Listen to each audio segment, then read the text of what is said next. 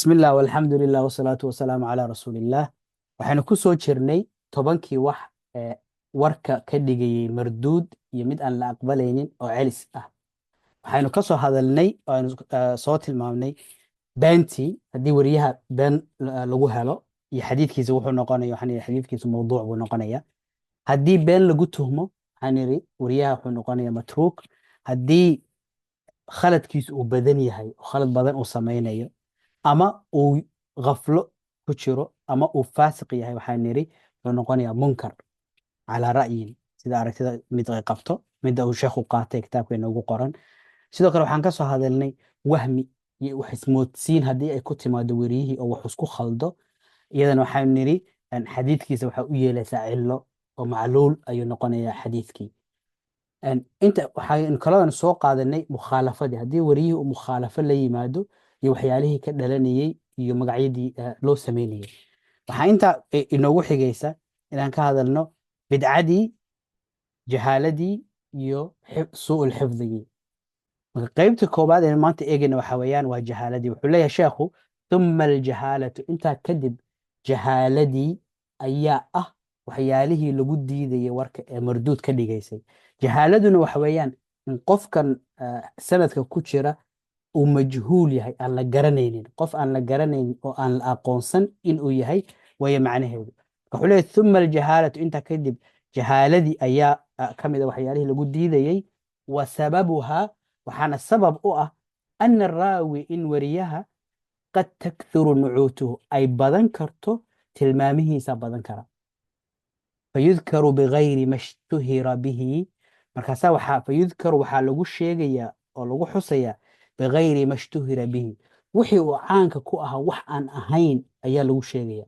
marka hadduu magacyo badan leeyahay ama naanayso badan uu leeyahay ama laqab iyo kunye kala duwan uu leeyahay, mid unbaa kuwa aan uusan caan ku ahayn oo aan lagu aqoonin ayaa loo isticmaalaya ligaradin, sabab iyo garad jira awgood. dan baa laga leeyahay in si kale loo magacaabo. waxaynu ognahay abu hurayra radia allahu canhu magaciisa caadiga abu hurayra maaha, laakiin abu hurayra ayuu ku caan baxay. haddii uu qof marka uu magac kale u adeegsan lahaa, magacyada lagu tilmaamo waxaa ka mid a walow magaciisa aad hadal badan uga jiro cabdiraxmaan. marka haddii abu hurayra oo magaca lagu yaqaano uu yahay abu hurayra oo qof yiraahdo can cabdiraxmaan isagoo ujeed kale, sidaasoo kale waxaan leenahay jahaala ka iman karta.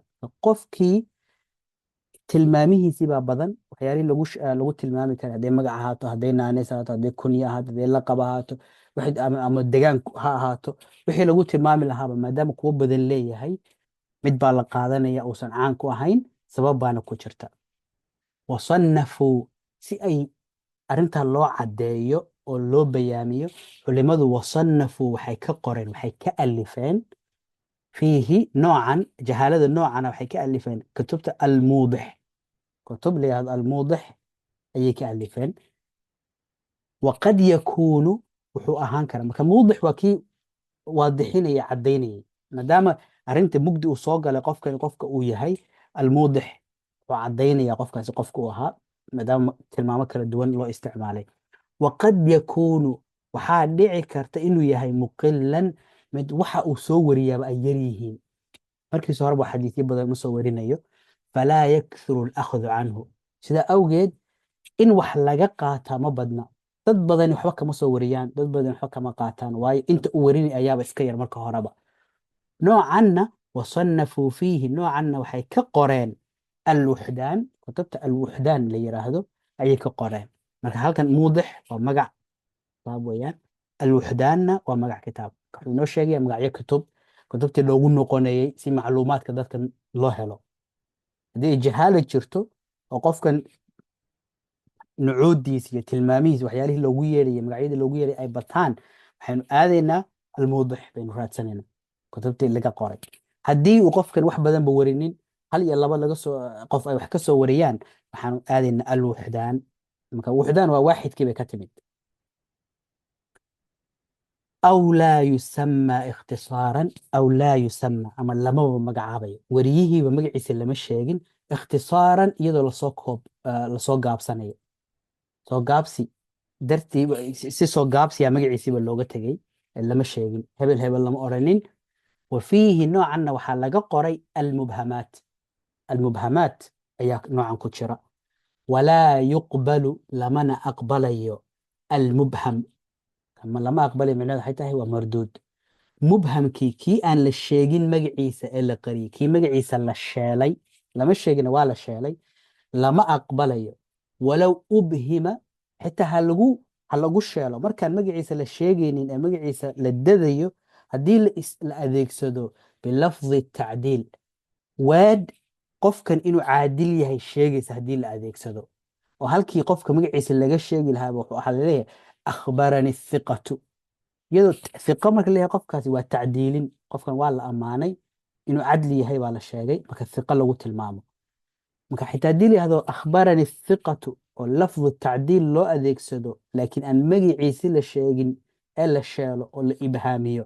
lama aqbalay ayuu leeyahay sheekhu cala alasaxi sida saxda ah marka waxaan ka qaadanaynaa sida hore usoo tilmaamnay in ay jirto dood kale oo leh haddii lafdu tacdiil lagu ibhaamiyo lagu sheelo markaas waa caadi waan qaadan karnaa waayo qofkan sidaa yidhi baynu ku kalsoonnahay marka waa inaynu aqbalno sida aynu culimada imaamyada madhabkaba u taqliidayno fiqigii tan oo kalena hadday inagu yidhahdaan ninkaasi fiqu ahaa magaciisa ay noo sheegi waayaan aynu ku raacano qaadano laakiin isaga wuxuu leeyahay sida saxda ah lama aqbalayo walaa yuqbal almubham fain summiya haddii la magacaabo marka ibhaam maaha markani mubham maaha fain summiya raawin weriye haddii la magacaabo markan magacii baynu haynaa wanfarada waaxidun canhu laakiin hal qof keliya wax ka soo wariyey laba qof kama soo warinin hal qof keliya ka soo wariyey magaciisina waynu haynaa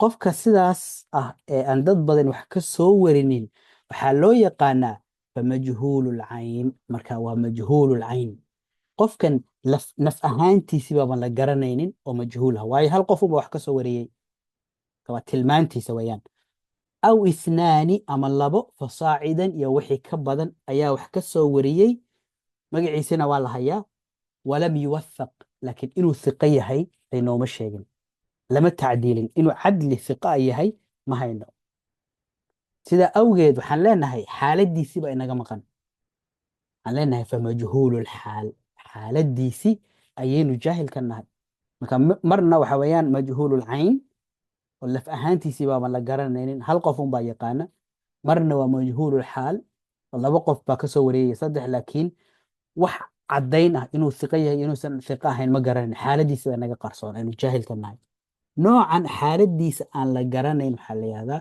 wahuwa almastuur kii la daday ee la asturay marka wuu asturan yahay inuu ceebaysan yahay oo warkiisu marduud yahay iyo inuu cadli yahay labadaa midna kama hayno xaaladiisu way asturan tahay halkaasuu ku jira marka mastuurku waa qof laba qof iyo saddex iyo ka badan ay kasoo wariyeen laakiin thiqo inuu yahay iyo in kale toona ma kala garanayno wuu asturan yahay haddii hal qof keliya ka soo wariyeyna waa majhuululcayn intaas ayuu sheekhu kusoo koobay qeybtii jahaalada iyo qofkan marka uu majhuul yahay siyaalaha loo cadaynayo kutubta laga qoray labada tilmaamood aynu kala siinayno mar naf ahaantiisi aan la garanayn oo yahay majhuululcayn iyo mar xaaladiisi aan la garanaynin uu yahay majhuululxaal ama mastuur mastuurku waa tilmaan waa magacii loo adeegsanaya qofka majhuululxaalka ah sida ku marka laba wax kala duwan maaha qofka xaaladiisa aan la garanayn waxaan leenahay waa mastuur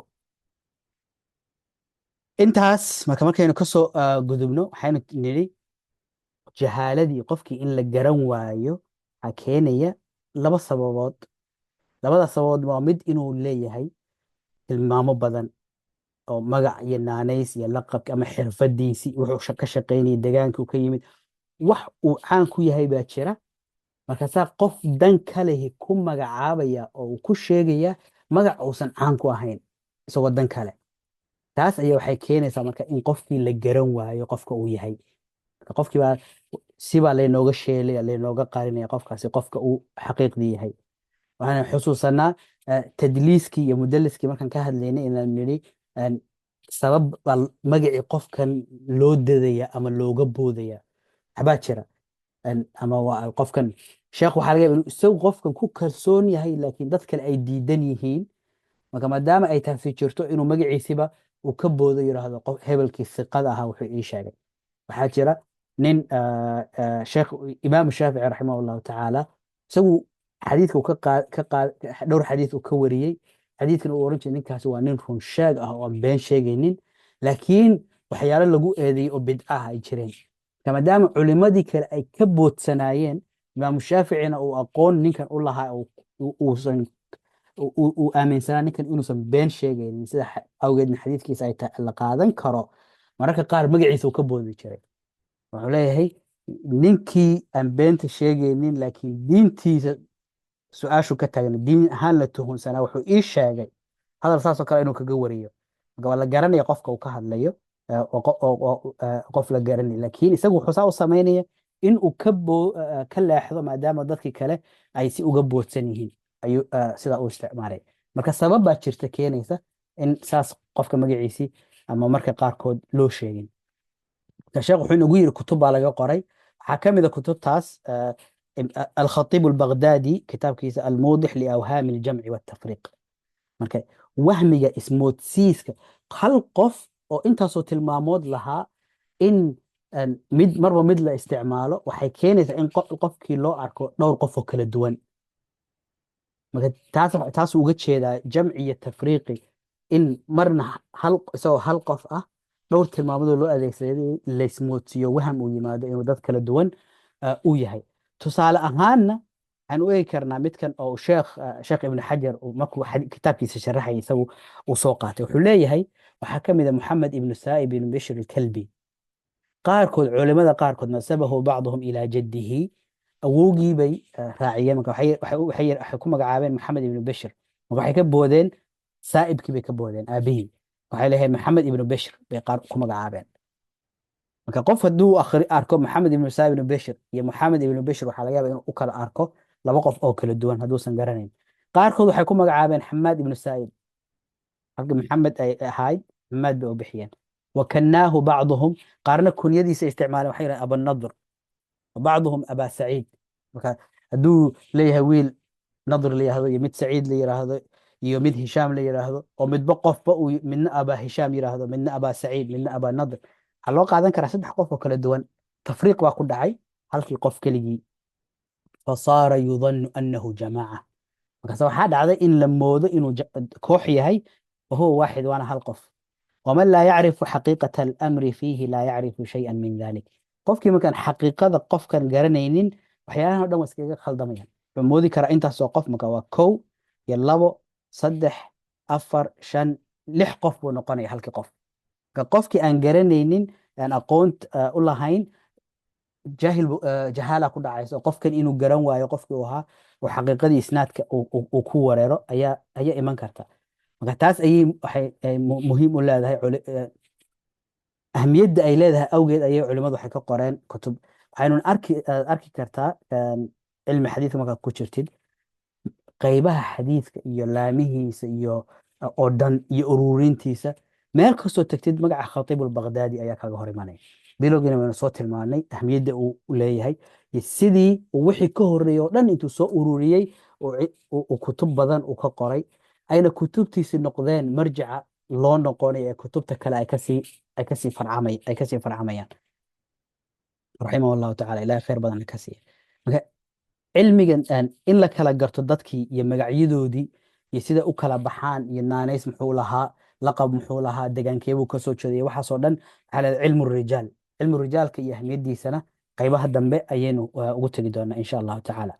sababta labaad uu sheekhu inoo sheegay ee jahaalada iyo aqoonsi la-aanta keenta waxa weeyaan, waa in wariyuhu waxa uu soo tabinayo soo warinaya ayba iska kooban tahay, oo hal qof ama laba qof ay kasoo warinayaan. marka haddii hal qof uu kasoo warinayo, waaxid baa kasoo warinayay, imaam muslim oo kale wuxuu ka qoray kitaab la yihahdo alwuxdaan. marka dadkaas si loo barto aan loo moodin qof aan la garanaynin, waa in ba halkaas loogu ururiyey. sidoo kale wuxuu yidhi sheekhu, haddii qofkii aan la sheegin magaciisii laakiin la yihahdo akhbaranii fulaan ama akhbaranii rajulun ama akhbaranii shaykhun, ama akhbaranii bacdu nnaas saasoo kale aan magaciisi la sheegin oo la sheelo, ama akhbaranii thiqatu, qofkaas waxaan leenahay waa mubham, magaciisii lama hayo waana la qariyey. sabab ayaana iman karta marka qaarkoodna sabab la-aan ayay ku dhici kartaa. marka halkan wuxuu leeyahay mubhamkaas lama qaadanayo, waayo sababtaan loo qaadanayn waxaan niri xadiidka in la aqbalo oo uu maqbuul noqdo iyo inuu marduud noqdo waxay ku xidhan tahay litawaquf alistidlaali biha. waxay ku xidhan tahay in la aqbalo oo la deliishado, waxay ku xidhan tahay axwaashi ruwaadda, dadkan soo wariya xadiidka in xaaladoodii la garanayo. qofkan haddiiba aan magaciisi lahaynin xaaladiisi lama garan karo, sida awgeed lama qiimayn karo, baaritaan iyo dabagaltoona laguma samayn karo. marka mubham meesha uu ku jiro waxay noqonaysaa warkaasi inuu noqonayo war aan la qaadan karin ilaa qofkii mubhamka laga dhigay la caddeeyo. culimada qaar marka waxay adeegsanayaan akhbaranii thiqatu, akhbaranii man athiqu bihi iyo wixii lamid a. taasna lama aqbalay ayuu leeyahay sheekhu. lafdu tacdiilkaas in cadli ahaan lagu tilmaamo lama aqbalayo cala alasax sida saxiixa ah, waayo qofkan waxaa laga yaaba isagu inuu ku kalsoon yahay laakiin culimadii kale aysan ku kalsoonayn. marka sidaa awgeed waa in qof kasta uu sheego oo uu magacaabo cidda uu ka warinayo. marmarka qaarkood cidda la sheelan ee mubhamka waxaan ku ogaan karnaa tatabucu duruq, xadiidkan dariiqyadii lagu soo wariyey intaan soo ururino inaynu eegno yaa meeshan ka maqan oo aan magaciisi la sheegin. marka dariiqyo kale haddii lagu soo wariyey waxaa marar badan inoo suuroobaysa inaan ogaano qofka la qariyey qofka uu yahay. mararka qaarna waynu ka garan karnaa sababta keenaysa in magaciisa looga boodo. marka kuwaasna waxaa laga qoray buu yidhi almubhamaat. wariyaha hal qof wax ka soo tabiyo dadka intooda badan aqoonin waxaan leenahay waa majhuululcayn oo laf ahaantiisii baynan garanaynin. kii laba iyo saddex ay ka soo wariyeen iyo wixii la midana laakiin aan inuu siqo yahay in kale la sheeginna wuxuu noo sheegay inuu yahay majhuululxaal.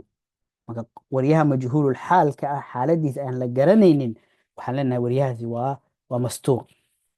marka isagii maadaama aynan garanaynin maqbuuli ma yahay mise marduud weeyaan. culimada qaar waxay leeyihiin lamaba qaadanayo, qaarna waxay leeyihiin waa la qaadanaya, waayo qofka muslimka asal ahaantiisa waa inuu yahay qof lagu kalsoonaan karo. ibn xajar wuxuu leeyahay labada midna ma aha, waxaa fiican in ilaa laga ogaanayo in laga joogsado. manaha inaynu wada qaadano gebi ahaantiisaba, manaha inay gebi ahaantiisa wada tuurno, waa inaan ka joogsano ilaa aan ka ogaanayno xaaladiisa, ilaa warkiisu inooga caddaanayo waynu ka joogsanayno, mana qaadanayno mana tuurayno si guud ayuu leeyahay sheekhu raximah allahu tacaala. marka dadka qaar tusaale haddaynu eegno ninkan sheekhu wuxuu leeyahay xadiis buu ka soo hadlayey, marka wuxuu leeyahay wa ruwaatuhu thiqaat. xadiidkan wariyaasha soo wariyay waa wariyaal thiqaat ah oo warkooda la qaadanayo. ilaa qudaama ibnu zaa'id ibnu qudaama fainahu laa yaxdurunii fiihi jarxun walaa tacdiil. ninkan keligii ninkanaa ku jira, inta kale waa thiqaat, laakiin kan wax cid dhaleecaynayso wax ka sheegaysa maan arkin, cid cadlinimo ku sheegaysana maan arkin. marka xaaladiisi lama garanayo, waa majhuululxaal, waa mastuur. halkana sheekhan kalena wuxuu rawaahu lbazaar wa fiihi qudaama ibnu zaa'id ibnu qudaama, waa isla isagii. walam ajid man tarjamahu, cid warkiisa sheegtay oo macluumaad inaga siisay lama hayo. tarjamada waxaa looga jeedaa kutubtan culimada casharadii hore xitaa qaar kusoo isticmaalaynay, kutubtan culimadu ay ka qoreen dadka xadiidka warinaya taariikhdoodii, sooyaalkii culimadaas iyo taarikh nololoodkoodii kutubta laga qoray ayaa waxaa la yidhahdaa ataraajum. marka qof haddaad taarikh nololoodkiisa qortid waxaad u samaysay tarjama, qofkaas dadkii kalead u turjumtay xaaladiisii ood wax uga sheegtay way macnaheedu. marka ciddu wax ka qortay taariikhdiisii ma aan helin buu leeyahay, wa baqiyatu rijaalihi inta kalena fiqaat weeyaan. inta kale waa la aqbalaya, laakiin kan jarx iyo tacdiil midna kama hayno. jarx iyo tacdiil way inoo soo socdaan insha allah. in cid dhaleecaysay oo wax ka sheegtay oo tiri warkiisa lama qaadanayo ma aan arkin, cid tiri waa cadli oo fiqa ah oo warkiisa waa la qaadanayana maanan arkin.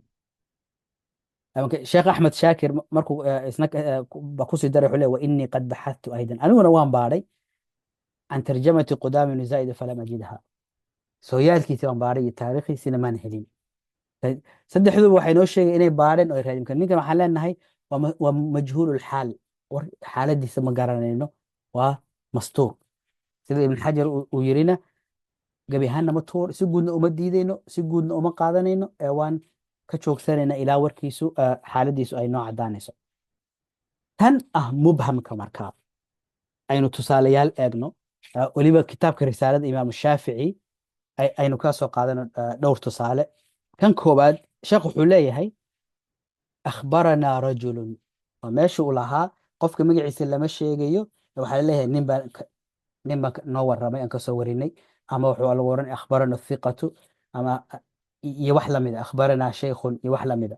wuxuu leeyahay akhbaranaa rajulun, ninba wuxuu nooga sheegay can ibni abi dhi'bin can الzuhriyi can saalimin can abiihi can الnabiy sala allahu alay wasalam. marka isnaadka intani way xiriirsan tahay, waxaa ka maqan uun ninkaas. marka waxaan leenahay kan waa mubham, baan leenahay.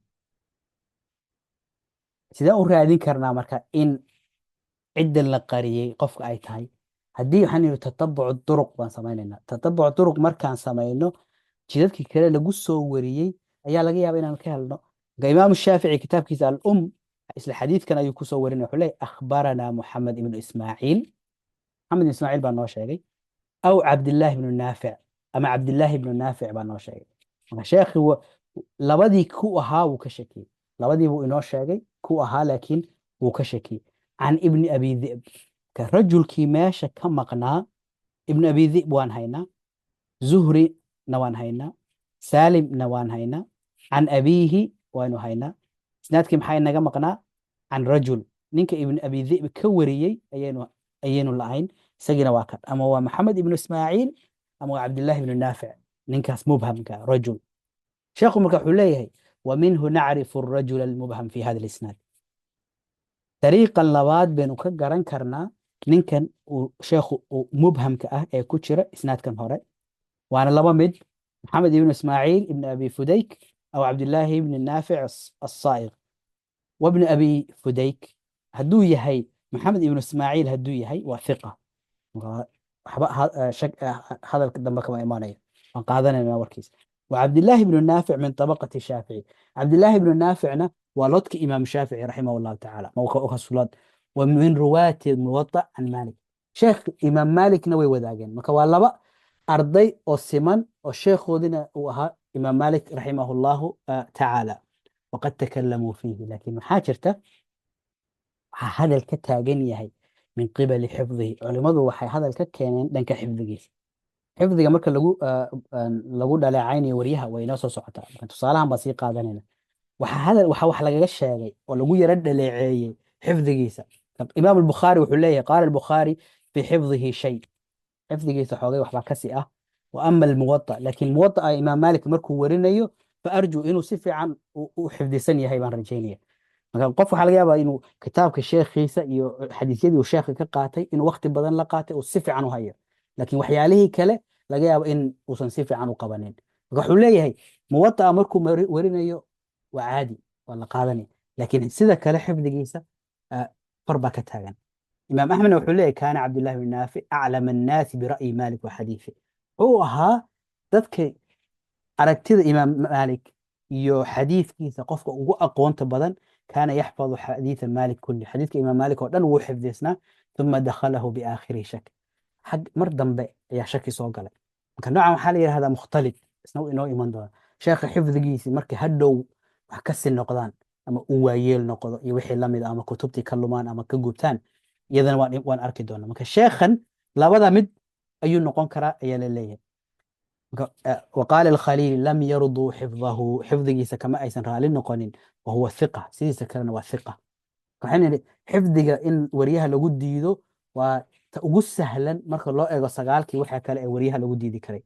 أثنى عليه الشافعي، إمام الشافعي سووا أماني هالنا وقوها ونقادني حديث وروى عنه حديثين أو ثلاثة، لبي سد حديث أيون كوري. ولماذا أوفر سيدا أي أوجيهين حتى أنت حديث لك الوريي يقف كان وحو كي وحا لغوها يستو وموسوعات لما يسترن أيادك أنتو لغوا هيا من مد سيدا كوركوسو أرغنو كلامو يعني أنت بدن دتك حديث سوورين أي تاريخ ده سفي عن بالوضة بقالي لون الديوان قليل. marka dadka iska hadla yidhaahda xadiidka wax lagu kalsoonaan kara maaha waa dadan waxba ka garanayn xadiidka iyo qaabka u shaqeeyo arrimihiisa. tusaale labaad, imaam shaafici raximah allahu tacala wuxuu leeyahay akhbarana thiqatu, thiqadii wuxuu noo waramay. mubhamkii tusaale labaad weeyaan, sida uu sheekhu inoo sheegay in akhbarana rajulun la yiraahdo, akhbarana thiqatu in la yiraahdo iyo wixii la mid ah. marka thiqa markuu ku warinayo waxa weeyaan wuxuu isticmaalayaa lafdu tacdiil, waad cadlinimadii weriyaha muujinaysa ayuu noo tilmaamay imaam shaafici. laakiin wuxuu sida ibn xajar uu noo sheegay lama aqbalayo cala alasax, waayo qofkaas waa in la ogaado cidda uu yahay. isaga waxaa laga yaaba inuu ku kalsoon yahay laakiin dadka kale aysan ku kalsoonayn oo ay hadal ka keenayaan dadka kale.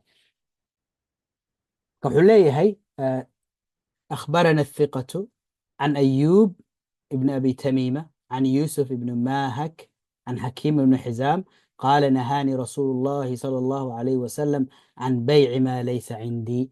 حديثك واساس كلها مثلا وحنا مقن قفك أجوه الرأي أي إنك مقن أون مبهم ويان شيخ مركو تعليقين يقول لي أبهم الشافعي شيخه هنا.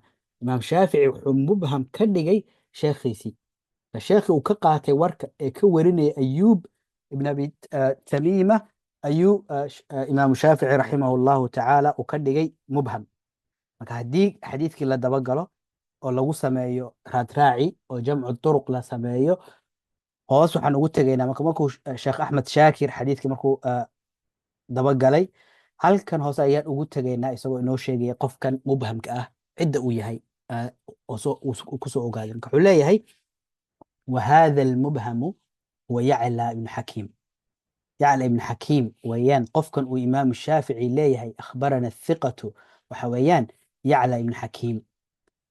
ابن حزم كتاب كيس المحلى أي كسو ورني حليه أن يعلى بن حكيم حدثه أن يوسف بن ماهك حدثه أن حكيم بن حزام حدثه.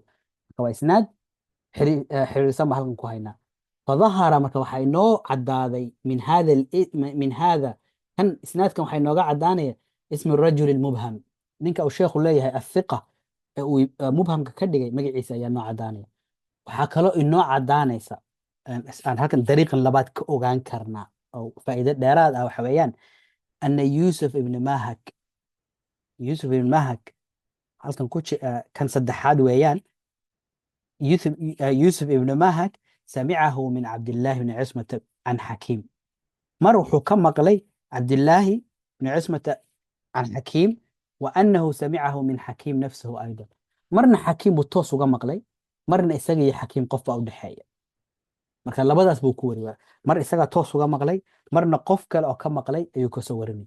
وحنني ما مركا قاركو قف مبهم كأه عن كو أوغان كرنا in aan dariiqyadii kale xadiidka aan dabagal ku samayno, inaan samayno ictibaar oo aan raadino qofkan meesha ku jira aan la garanay mubhamka ah qofka uu yahay. kaasina waa tusaale kale. tusaale saddexaad oo weliba qaybtan ugu dambaysa la xidhiidha haddii aynu isla eegno insha allahu tacaala. imaam shaafici wuxuu leeyahay akhbarana cabdulwahaab can yunus ibni cubayd can الحسن البصري عن عبادة بن الصامت أن رسول الله صلى الله عليه وسلم قال. marka xadiidka imaam shaafici wuxuu ku warinayaa isnaadkan ayuu ku warinaya. mar labaad kan xadiidkii waa kan xadiid labaad oo isla kan ah ayuu keenay laakiin wuxuu marayaa jid kale ayuu maraya. wuxuu leeyahay akhbarana athiqatu min ahli ilcilm. siqadii ahlulcilmigaha wuxuu noo sheegay, wuxuu ku ibhaamiyey waa mubham, wuxuuna ku ibhaamiyey bilafdi tacdiil. ثقة أهل العلم كترسن أنت ثقة كستماها وعالم علماء أهل العلم كترسن أو كورنيا يونس بن عبيد. يونس بن عبيد مركور يا كورنيا عبد الوهاب. إمك عبد الوهاب ماشي كومتشر بوسكي عبد الوهاب وحاقاتي الثقة من أهل العلم. وفيرسو إسناد كرمحوها عبد الوهاب يونس بن عبيد عن الحسن عن عبادة. هذا عبد الوهاب ماشي وكسر إمام الشافعي حيري أخبرنا الثقة من أهل العلم عن يونس بن عبيد. يونس وان هينا عن الحسن حسن وان هينا حسن يا عبادة مركن عندنا وما حيسو حسن توس بوجورنا حسن وتابعي توس وجورنا عبادة بن الصامت أو صحابية أو سنة النبي صلى الله عليه وسلم كما قلي markan laakiin xasan toos umagama warinayo cubaada, waxaa isaga iyo cubaado u dhexeeya xitaan alraqaashi, qofbaa u dhexeeya. xitaan waxaan xagaarka uga dhigay waa lagu soo daray meesha dheeraad, can cubaadat ibni saamit. maxaa marka meesha ka jira? waxaan soo marnay mutaabacadii iyo shawaahiddii aan soo qaadanay. waxaan nidhi warku markuu xogay far ku godan tahay, haddii warar kale loo keeno way xoojinayaan. marka halkan waxaa ku jirta cillad baa ku jirta warkan.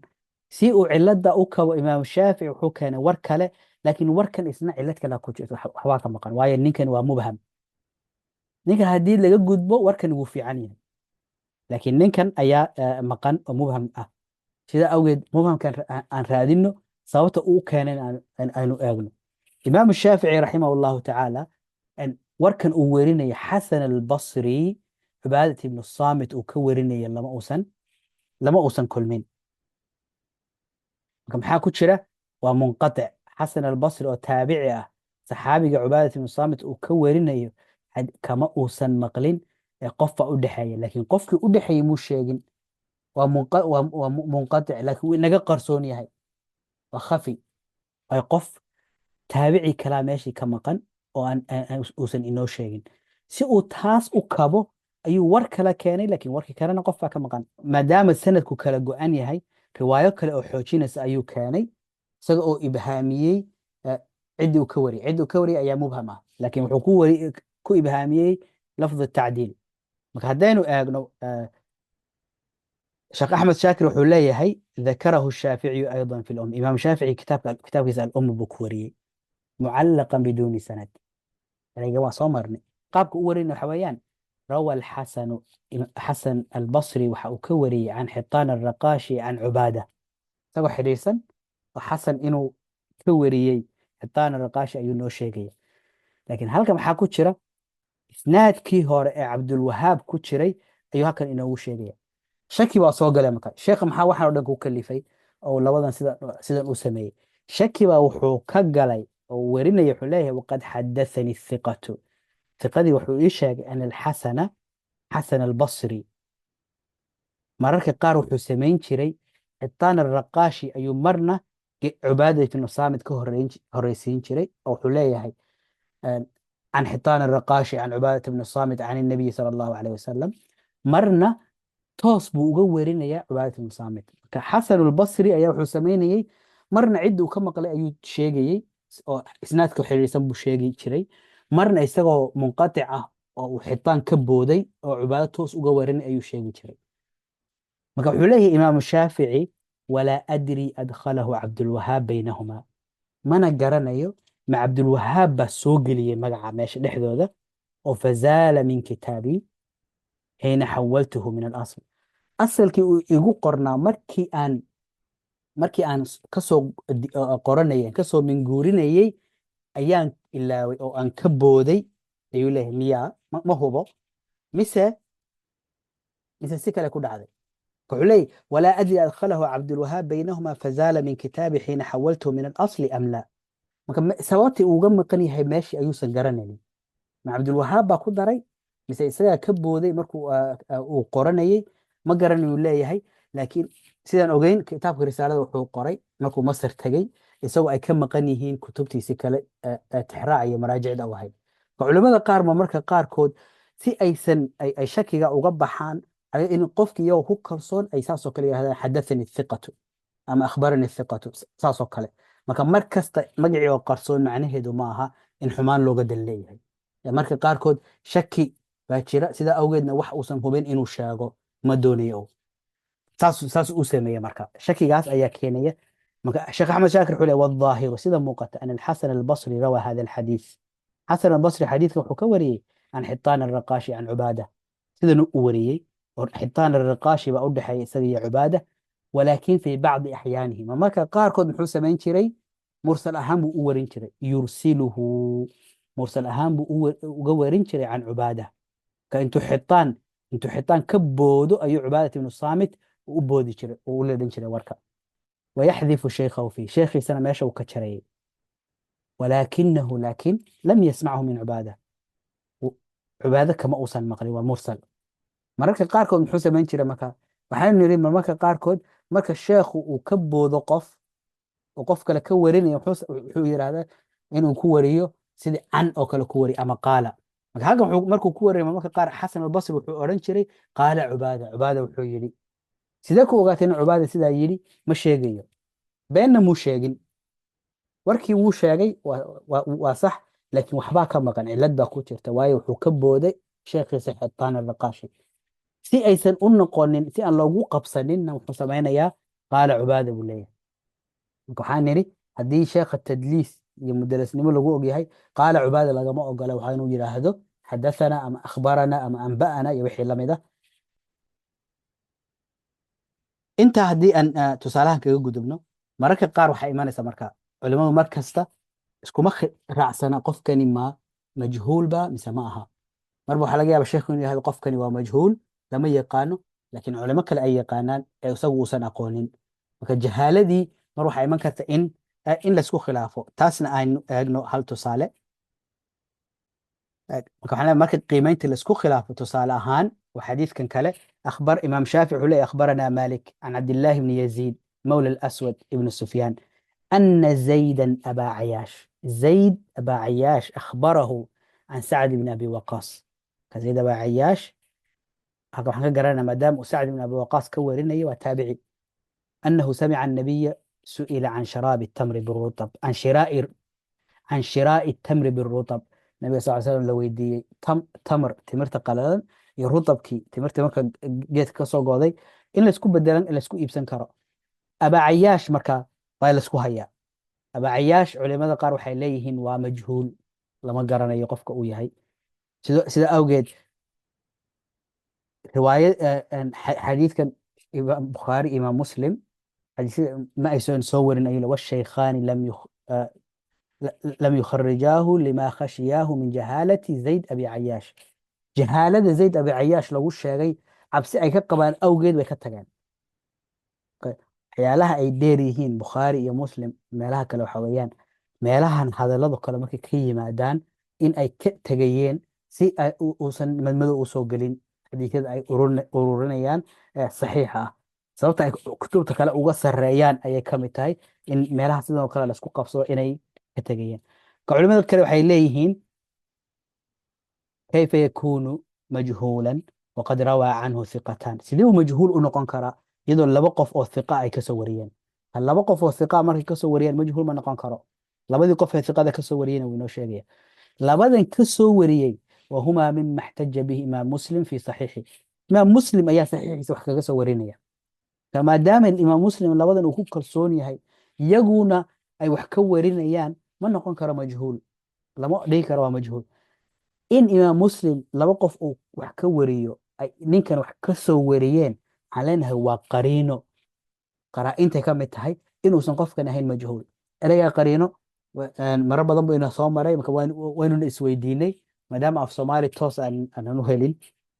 waa markan oo kale in qof muslim uu ku kalsoon yahay oo saxiixiisa ku soo wariyey uu ka warinayo qofka kale ee laysweydiinayo ma majhuul ba mise ma aha.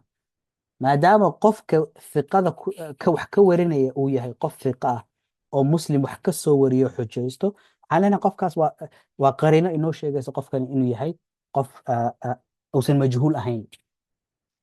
وأخرج حديثه مالك مع شدة تحريه في الرجال. sidoo kale majhuul ma noqon karo qariino kalaan hayna. qariinadu maxay tahay? imaam maalik ba xadiidkiisa warinaya. imaam maalikna aad buu ugu dadaali jiray inuu iska ilaaliyo dadka aan warkooda la qaadanin. shiddati taxarii, aad buu u naqaysan jiray dadka wax ka warinaya imaam maalik. maadaama uu xadiidkiisa imaam maalik warinayo ma dhihi karna waa majhuul.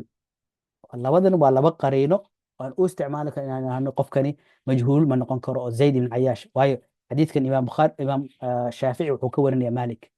imaam maalik oo aad isaga dhowra dadka wax ka warinayo ma dhihi karno qof majhuula ayuu ka soo wariyey. zayd abaa cayaash marka ma dhihi karno majhuul. taasna intaas ayaynu insha allahu tacaala kaga baxayn. waxaan rajaynayaa qaraa'intiina cashar horena waynu kusoo marnay in tusaalayaashaas lagu fahmi karo. tusaalayaashu waxbay noo fududayaan. midda inoogu xigta eenu eegayna waxa weeyaan waa bidcadii. wuxuu leeyahay sheekhu bidcadii uma albidcatu jahaaladii markaan ka soo baxnay dabadeed albidcatu bidcadii ayaa ah waxyaalihii lagu diidayey weriyaha ee warkiisu marduudka uu ku noqonayay. bidcaduna waxay noqonaysaa imaa bimukafirin, bidcada uu qofku la yimid ama waa bidco ah wax lagu gaaloobaya, bimukafir wax qofka diinta ka saaraya oo bidcaha ayuu qofkani la yimid. ama wuxuu la yimid bimufasiq, bidcadiisu waxa weeyaan waa mid qofka ka dhigaysa faasiq, gaalnimo ma gaarsiisna laakiin qofkan qof faasiq ah ayuu noqonaya aan cadli ahayn. ka bidcadii waxaan u qaybinaynaa bidco qofka gaalnimo gelinaysa ama bidco qofkii faasiq ka dhigaysa uusan ku gaaloobaynin ku dhicideeda. فالأول مدة هوري مكفر كأه مدة قفك قال إسلام كثاريسا لا يقبل ما أقبليان صاحبها قفك بالعدس وطا الجمهور علماء انتو سيدي أبدنه جمهور كودو ما أقبليان كعلماء بدن كودو قف بدعو لو قالوا بيكوتشرا وركيسا ما قادنيان تاس ويان تكوباد. والثاني مدة اللباد قفك فاسق كل نقونينا يقبل والأقبل من لم يكن داعية هي أن ذاتك بدعيس أويرني أدو بدعيس سكوته حديث كنا أورينيو شروط حديث كنا أبوحينيو وركي سون قادننا في الأصح سيدا صحيح هذا هكذا حاجة فهمينا إن جرت أركتيكال أو لما قادنيو بدعة هدو كله أما كافر هكذا أما فاسق هكذا وانسلو تورينا بيلين علماء قال الشيخ حليه في الأصح سيدا صح ده ولا أقبل haddii uusan bidcadiisa dadka ugu yeeraynin. hadduu halkaa mikrofon la taagan yahay maanta o dhan bidcadiisa uu faafinayo oo dadkii bidcadii ugu yeerayo xadiidkii in lagama qaadanayo ayay culimmadu leeyihiin. waana midda uu sheekhu qaadan wuxuu leeyahay waa la aqbalaya haddii uusan dadka bidcadiisa ugu yeeraynin ilaa in rawaa, laakiin shardi bishardi baa lagu qaadanaya. shardiga lagu qaadanaya waxa weeyaan in hadduu uu werinayo ما يقوي بدعته فيرد هدو ورينيا wax bidcadiisa xoojinaya wala tuuraya markaas waa mardud على المختار sida la doortay. marka warkan uu soo werini hadii waxaan qofkan waa bidcoole bidcadiisuna gaalnimo ma aha faasiq way ka dhigaysaa dadkiina diinti bidcadiisa uguma yeedhayo marka waan qaadanayna buu yiri sheekhu yuqbal. laakiin haddii uu dad waxa uu werinaya uu yahay wax bidcadiisi xoojinaya lama qaadanayo. marka hadduu dadkii wax bidcadiisi ugu yeeraya lama qaadanayo, waxa uu werinaya hadduu bidcadiisi xoojinaya lama qaadanayo.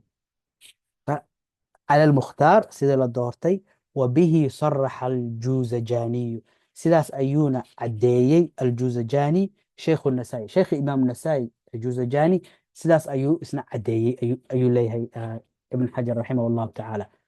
فقفك بدعادي وحنو كلا سارينا لبو عن لأنهي بدعادو ومد لغو قالو بيو قفك دينتي كساري سبا مسوا بدعو قفك فاسق كدقاسي لكن دينتي وحين دافك إسلامك أو كتشري هديو دينتي مد كساري سأي تهي جمهور كعلماء سيدا أبدينهن أقبليان وركيس وطورس ومردود وركيس حديث وبدعادي سأي تهي بدعو بمفسق وحلو فاسقو بيو waa la aqbalayaa haddii uusan dadka ugu yeerinin bidcadaas. hadduusan ahayn daaci bidcadiisa faafinaya warkiisa waa la aqbalayaa, laakiin waa in waxa uu werinayaa uusan ahayn wax bidcadiisa xoojinaya cala almukhtaar.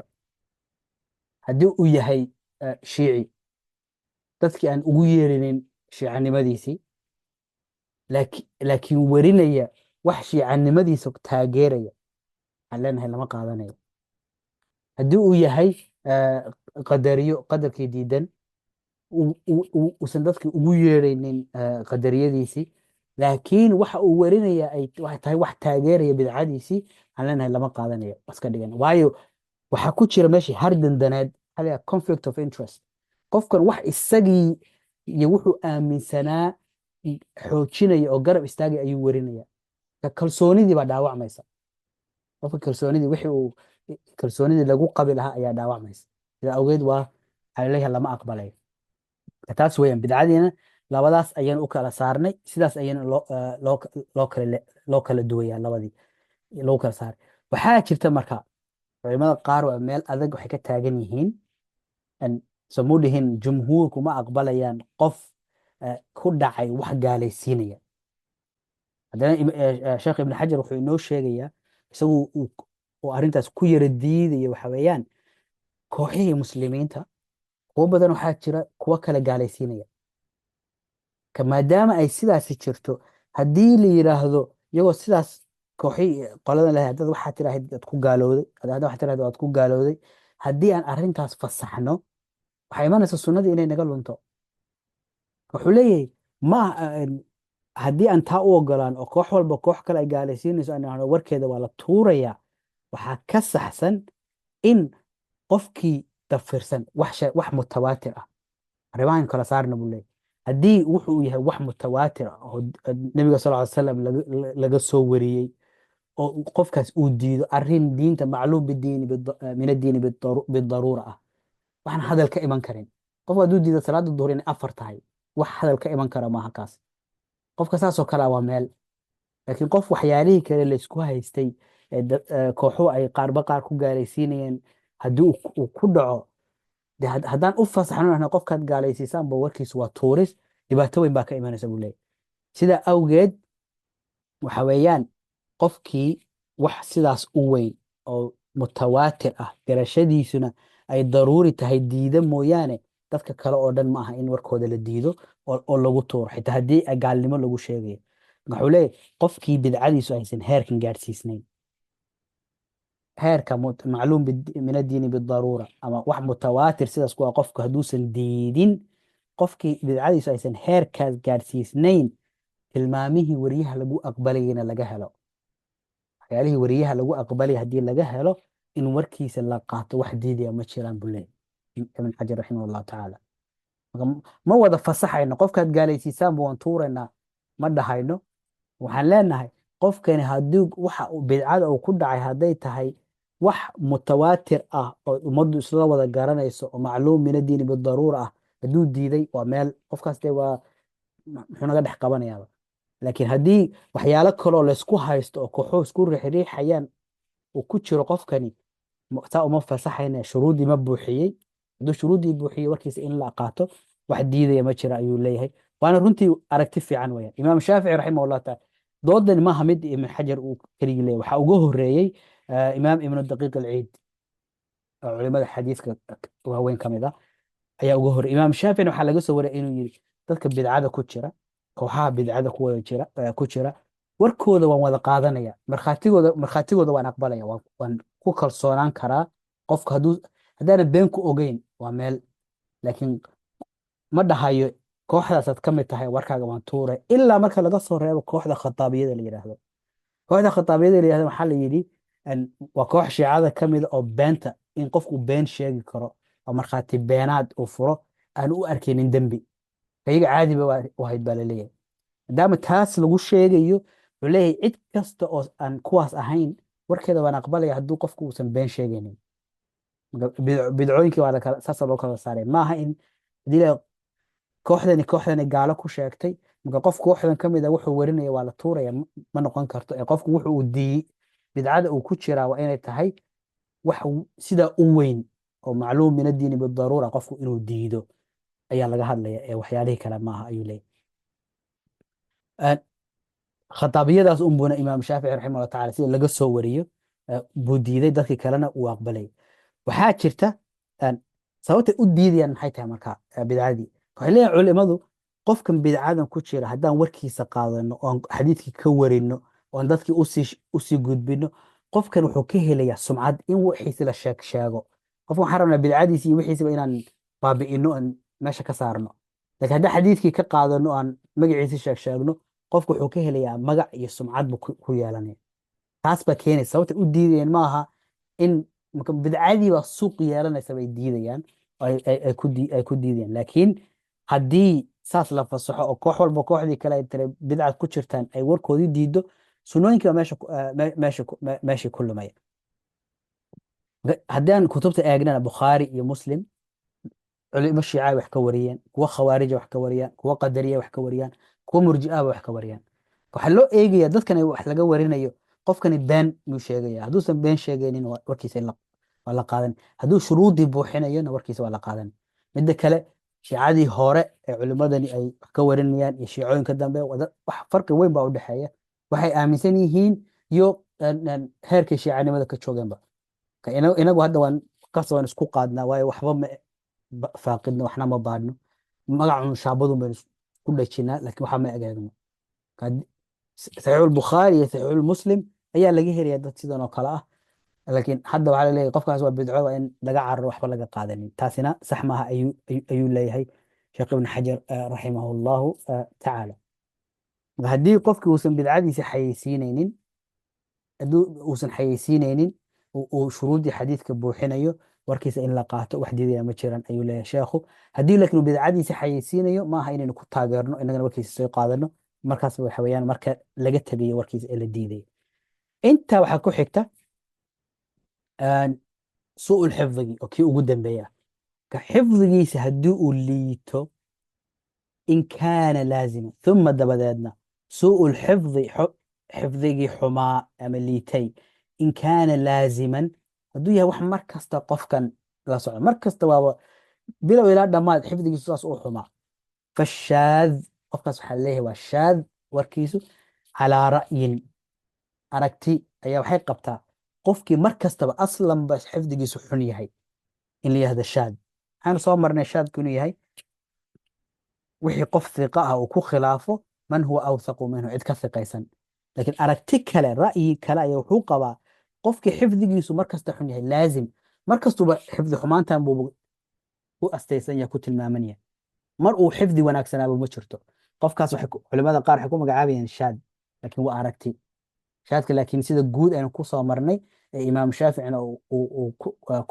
ku qeexay waxa weeyaan wixii qof hiqa ah uu wariyo ee uu ku khilaafo man huwa awthaqu minhu cid kasii hiqaysan hadduu laazim yahay waa midaas marka yacni mar kasta si asalkiisuba xifdi xun yahay aw taari'an ama wax cusub oo ku yimid qofkani awal hore wuu xifdi fiicnaa laakiin dib baa dhibaata uga timid qofka ay dhibaata uga timid xifdigiisii waxaa la yihahdaa falmukhtalid waa mukhtalid baa la yihahdaa isku darsamay waxaa keeni karta qofkan inuu waayeel noqday da baa keeni karta qof da awgeed xifdigiisi xumaaday oo isku darsamay in badan baynu aragnaa waxaa dhici karta qofkan in dhibaato caafimaad ay ku timid ama waxaa laga yaabaa isagoo faras ama dameer saaran uu ka dhacay madaxii dhulka ku dhuftay xifdigiisi baa wax noqday mukhtalid buu noqday markaas mukhtalid markuu noqday xadiidkiisi si gaara loola dhaqmaya su'ul xifd baa ku yimid waxaynu hadda cashirkan kor ku soo marnay xadiidkii mubhamka imaam shaafici uu ku werinayey laba qof ayuu mid noqon karaa baan yidhi midkood sababtay culimmadu ku diideen ay ahayd in xifdigiisa su'aal laga keenay xifdigiisi maadaama dib uu ka xumaaday buu imaam axmed halkana ku soo marnay waxa weeyaan cabdillaahi ibni naafic aad buu u xifdi badnaa imaam maalik kitaabkiisa muwata aad buu u xifdisanaa mar dambe ayaa shaki galay marka wuxuu noqday waxaan leenahay mukhtalid ayaa lagu tilmaamay lam yarduu xifdahu xifdigiisa xumaa laakiin waa fiqa sidiisa kale imaam shaaficina wuu ammaanay athnaa calayhi shaafici marka qofka sidaasoo kale xifdigiisa dib dhibaata uga timaado uusan laazimka ku ahayn mar kasta uusan xifdigiisu sida u xumayn ayaa waxaa laleeyahay waa mukhtalid wuxuu leeyahay uma su'ul xifd xifdigii liitayna ayaa ka mid a waxyaalihii lagu diidaya waa kii tobnaad in kaana laaziman haddii suu'ul xifdigu uu yahay wax mar kasta qofkan uu ku tilmaaman yahay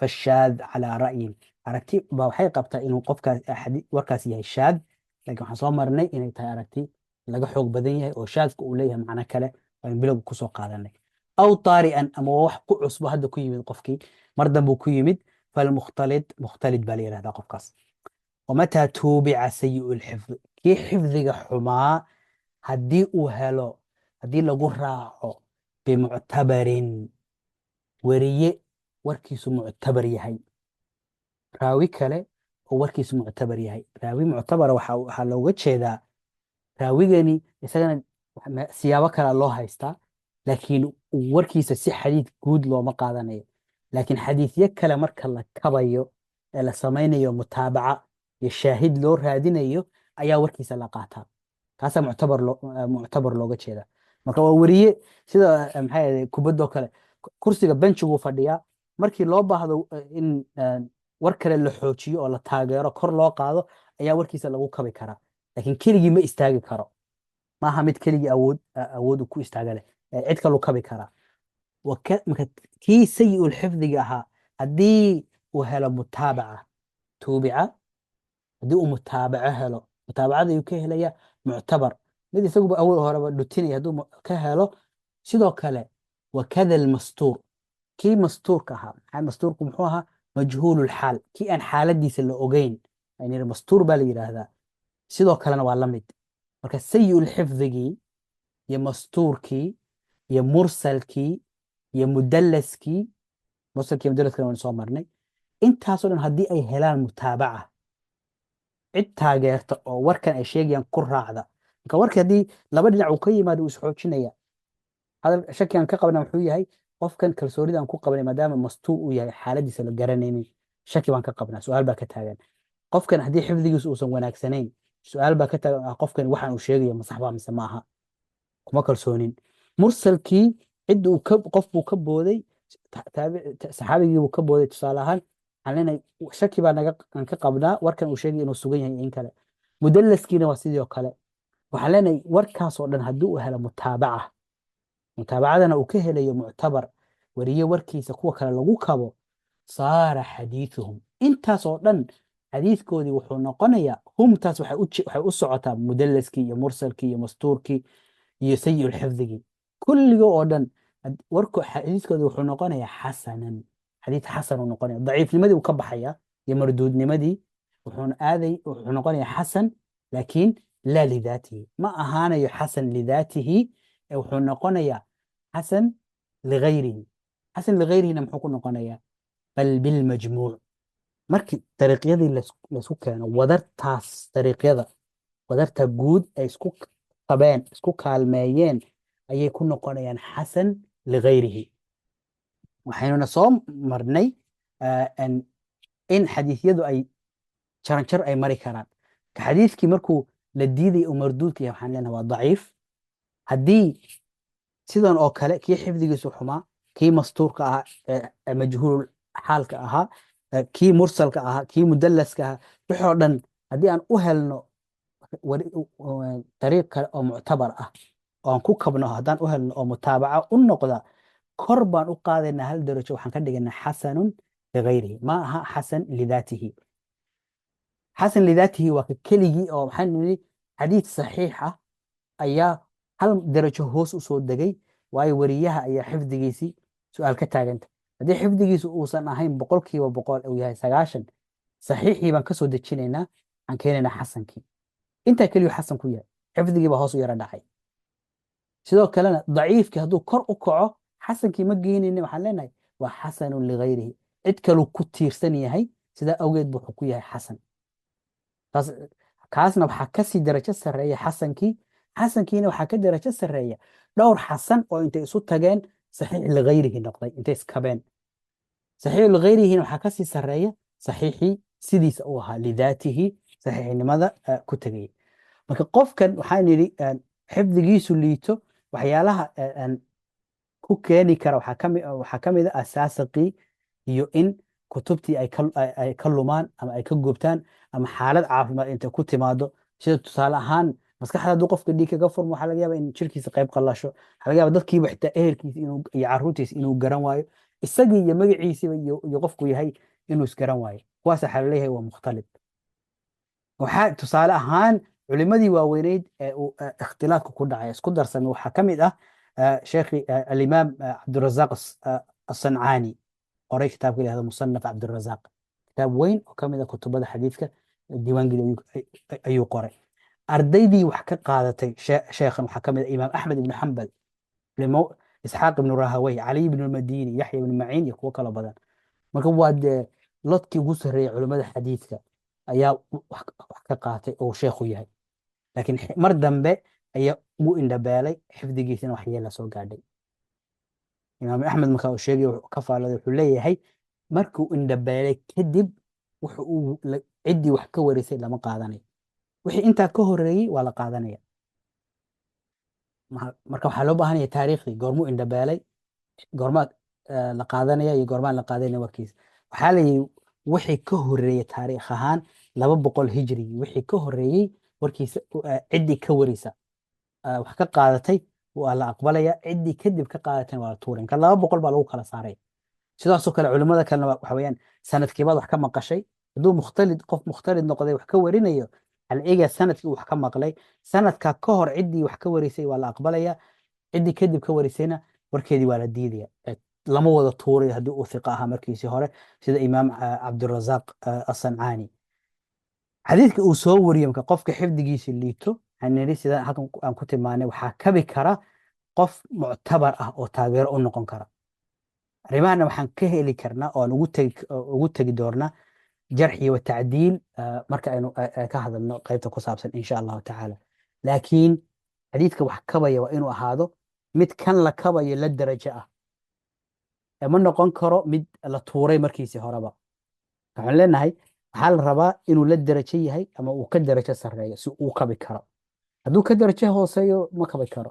mawduuc xadiisa waxba ma kabi karo, oo isagu waa been la abuurtay aan jirin. sidoo kale munkarkii kii faasiqu uu warinayey iyo wixii lamid isna lama qaadan karo. kii matruug ahaa lama qaadan karo. waxaa laga hadlayaa kuwo shaki ku jiro, wax la hubaba inay been sheegayaan ama ay xadiisyada aliftaan, warkooda lama qaadan karo. waa kuwii shakiga yar uu ku jiray ayaa la qaadanaya. mastuur xaalka ah ama xifdigiisa uu yaro hooseeyey liitay ama mudallis ama mursalka ahaa ayaa shaahid iyo mutaabaco ku kabmi kara. kalsooni daradii laga qabay ayaa meeshii soo yaraanaysa markii loo helo cid ku raacday warkii oo soo warinaysa. insha allah intaasaan kusoo koobaynaa maanta. wasala allahu wasalam calaa nabiyina muxamed wacala aalihi wasaxbihi wasalama tasliiman kathiira.